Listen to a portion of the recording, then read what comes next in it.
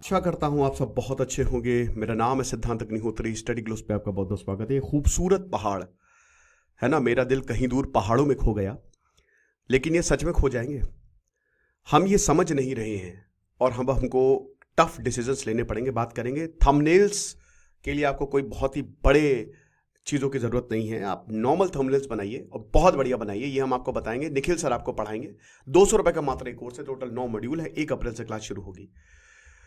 तो बात इतनी सी है दोस्त कि आखिरकार हम इस बात क्यों हम ये चीज़ बोल रहे हैं, क्योंकि टेम्परेचर जो है ना वो बढ़ता जा रहा है और जो हमारी माउंटेन रेंजेस है स्पेशली भारत की, उसमें इरिवर्सिबल चेंजेस देखने को मिल रहे हैं। वैसे तो मैंने थंबनेल में लिखवाया कि भारत के पहाड़ खतरे में है, क्योंकि हम इंडियन है तो हमको वैसे तो सबकी, लेकिन सबसे पहले हमको अपने देश को बचाना है। बट यहाँ पूरी दुनिया की बात है। हम देख रहे हैं कुछ रीजन्स में बहुत तेजी से ग्लोबल वार्मिंग हो रही है और ग्लेशियर्स काफी तेजी से मेल्ट कर रहे हैं। परमाफ्रॉस्ट जो है वो हमको देखने को मिल रहा है इंक्रीजिंग रेट पे। स्नो कवर धीमे धीमे खत्म होता जा रहा है। United Nations world water development report, जिसकी हम बात नहीं कर रहे हैं, वो बता रहा है कि जो वाटर टावर है ना वो खत्म हो रहा है। अब हम बात करेंगे कि आखिरकार हो क्या रहा है। हो ये रहा है कि सबसे पहले ग्लेशियर्स खत्म हो रहे हैं। ग्लेशियर्स इतनी तेजी से खत्म हो रहे हैं जिसकी बात क्या ही करें। और अगर ऐसा होगा तो फ्लड्स आएंगे, ग्लेशियर लेक आउटबर्स्ट होगा, बहुत सारी चीजें होंगी, समुद्र जो है वो बढ़ जाएगा। हमको एक चीज समझनी है, नेचर को कोई फर्क नहीं पड़ता है, हमको फर्क पड़ेगा, हम मरेंगे। लोगों के ऊपर जो है वो प्रॉब्लम आई। आज गर्मी बहुत हो रही है, सर्दी भी बहुत हो रही है। और जहां पे सर्दी नहीं है वहां गर्मी पड़ रही, वहां जहां सर्दी नहीं है वहां सर्दी पड़ रही है, जहां गर्मी नहीं है वहां गर्मी पड़ रही है। पिछले साल सऊदी अरब में भयानक बारिश होगी, बाढ़ आ गई। तो ये सब ग्लोबल वार्मिंग का ही नतीजा है।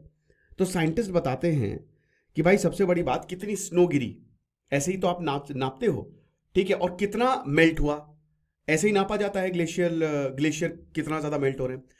तो 1975 से जो ग्लेशियर्स हैं, जिसमें ग्रीनलैंड और एंटार्क्टिका की आइस शीट नहीं आ रही हैं, उन्होंने 900 बिलियन टन्स ऑफ मास, इतनी आइस शीट्स खो दी हैं, इतनी बर्फ इन्होंने खो दी है। 9,000 बिलियन टन्स ऑफ मास, 9,000। आप विश्वास करेंगे?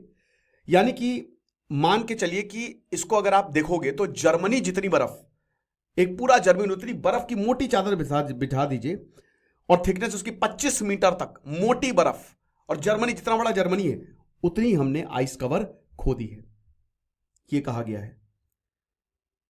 और पिछले 5 से 6 सालों में सबसे ज्यादा बर्फ हमने पिछले 5 से 6 सालों में खोई है। लगभग 450 गीगा टन मास तो 2024 में हमने खोया है। Scandinavian countries, Norwegian, north Asia, इन सब जगह। और भारत भी इसमें बहुत पीछे नहीं है, भारत भी काफी आगे है। फिर उसके बाद वाइल्ड फायर्स, डस्ट स्टॉर्म्स, इसकी वजह से ब्लैक कार्बन जमता जा रहा है, ठीक है। ये इंप्योरिटीज जो है वो हमारी बर्फ को काला करता जा रहे हैं, आइस सरफेस को काला करता जा रहे हैं, जिसकी वजह से आपका सरफेस एनर्जी बैलेंस बिगड़ेगा और अल्टीमेटली तबाही आएगी। ये चीज है। उसके बाद जो परमाफ्रॉस्ट है ना, वो बहुत तेजी से बढ़ता जा रहा है। अब देखिए परमाफ्रॉस्ट क्या होता है, पहले ये समझिए।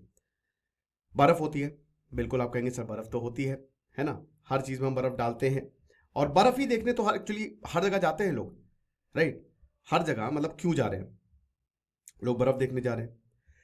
जैसे अभी कश्मीर में अगर आप जाओ तो क्यों जा रहे हैं? वो लोग बर्फ ही देखने जाते हैं। ऐसे तो प्लेन्स तो या पहाड़ तो आपको कहीं पे भी मिल जाएंगे। तो परमाफ्रॉस्ट बेसिकली वो होता है, वो ग्राउंड है जो कि 2 साल से जमा हुआ है। इसमें सॉयल है, रॉक है, आइस है। मतलब आप मान के चलिए कि 2 साल से ज्यादा कोई ग्राउंड अगर जमा हुआ है तो वो परमाफ्रॉस्ट होगा। आर्कटिक, अलास्का, बाकी हाई माउंटेन्स में आपको मिलेंगे। और आइस एज में ये बना था, ठीक है ना। और धीमे धीमे इसमें क्रैक्स भी आते हैं। तो क्रैक्स जो हैं जिसमें वाटर है वो धीमे धीमे बहता है। अब इसमें एक कंसेप्ट आता है परमाफ्रॉस्ट थॉइंग, ठीक है। अब थॉ का मतलब क्या है? देखिए वैसे तो मतलब क्या कहते हैं कि थॉ की जो जनरल मीनिंग है वो तो यही है कि वो पिघल गया, एक तरीके से पिघलना या सॉफ्ट होना। तो आपकी ये जो बर्फ है वो क्या हो रही है? पिघल रही है। अल्टीमेटली इसका मतलब यही है। तो ये कैसे पिघल रही है भाई? जाहिर सी बात है, एक तो आपकी ग्लोबल वार्मिंग, हमारा प्लैनेट जो है वो गर्म होता जा रहा है। अब क्या है कि परमाफ्रॉस्ट, जैसे ये बर्फ है तो ये बहुत लाखों सालों की बर्फ जमी हुई है, इसके अंदर भयानक कार्बन है, मीथेन है, तो जब ये पिघलेंगी तो ये सब जो है ये एटमॉस्फेयर में आ जाएंगी। समझ रहे हैं आप?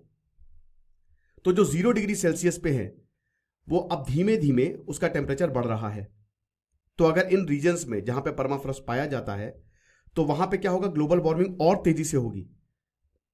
समझ रहे हो? क्योंकि इसमें ऑर्गेनिक कार्बन होती है, बाकी न्यूट्रिएंट्स होते हैं, माउंटेन सॉइल्स होती है जो कि 4.5% है, वो इतनी प्रेजेंट होती हैं। तो माउंटेन रीजन्स में अगर ये हुआ, परमाफ्रॉस्ट थॉइंग हुई, यानी कि जो बर्फ है वो तेजी से पिघलने लगी जो लाखों सालों से जमी हुई है, तो उसकी वजह से आपके जो रॉक स्लोप्स है, यानी कि वो परमाफ्रॉस्ट रॉक स्लोप्स को भी स्टेबिलिटी देता है, तो वो भी खत्म होगा, वो भी जाएगा। आप समझ रहे हैं? स्नो कवर आपका डिक्लाइन होगा धीमे धीमे। यूनेस्को की रिपोर्ट के हिसाब से हर माउंटेन रीजन्स में स्नो कवर खत्म होता जा रहा है। कश्मीर में बर्फ कब गिरती थी? दिसंबर जनवरी तक गिर जाती थी। मैं खुद कश्मीर गया, इस बार फरवरी में गिरी है, बर्फ का नामो निशान नहीं था। तो स्नो कवर क्या है? Total of the all snow and ice on the ground, यही होता है स्नो कवर। सिंपल सी बात है।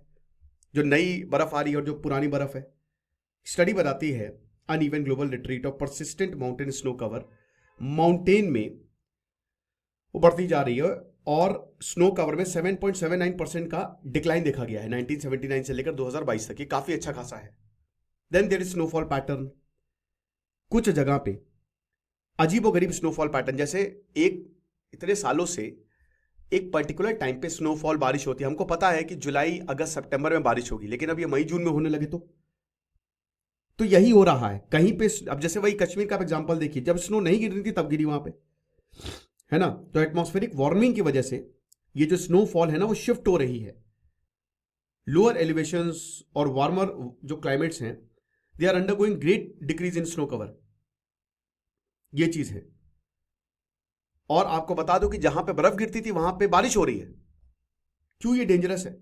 क्योंकि माउंटेन्स जो है ना वो 33 मिलियन स्क्वायर किलोमीटर है अर्थ सरफेस का, और माउंटेन्स की वजह से हम जी रहे हैं। अगर हिमालय नहीं होता तो भारत एक बंजर जमीन होता।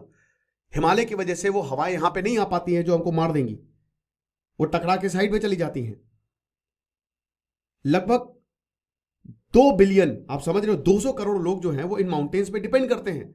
और नदियां माउंटेन्स की वजह से हैं, फ्रेश वाटर सोर्सेज माउंटेन की वजह से हैं। और अगर ऐसे ही ग्लेशियर जो है वो मेल्ट होते रहेंगे तो हमारे पहाड़ मर जाएंगे, खत्म हो जाएंगे। आप समझ रहे हो?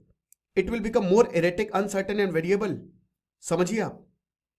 तो ग्लेशियर मेल्टिंग और परमाफ्रॉस्ट जो है वो ग्लेशियर लेक आउटबर्स्ट फ्लड्स का भी, इसका भी रिस्क बढ़ाता है।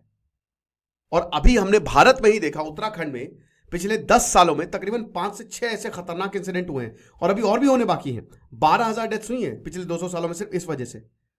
जो मेल्टिंग आइस ऑफ ग्लेशियर्स है वो 25 से 30% है अभी, जो आप ग्लोबल सी लेवल्स की बात कर रहे हैं। और 2006 से लेकर 2016 तक जो ग्लोबल मास लॉस है वो लगभग 335 बिलियन टन हो गया है। तो इसीलिए अब हमको अपने पहाड़ों को बचाना बहुत ज्यादा जरूरी है, वरना लेने के देने पड़ जाएंगे। आपको क्या लगता है मुझे कमेंट बॉक्स में बताइएगा। थंबनेल्स का शानदार हमारा कोर्स है, आप इसको अवेल कर सकते हैं। खुश रहिए, पढ़ते रहिए। दिस इज सिद्धांत अग्निहोत्री साइनिंग ऑफ।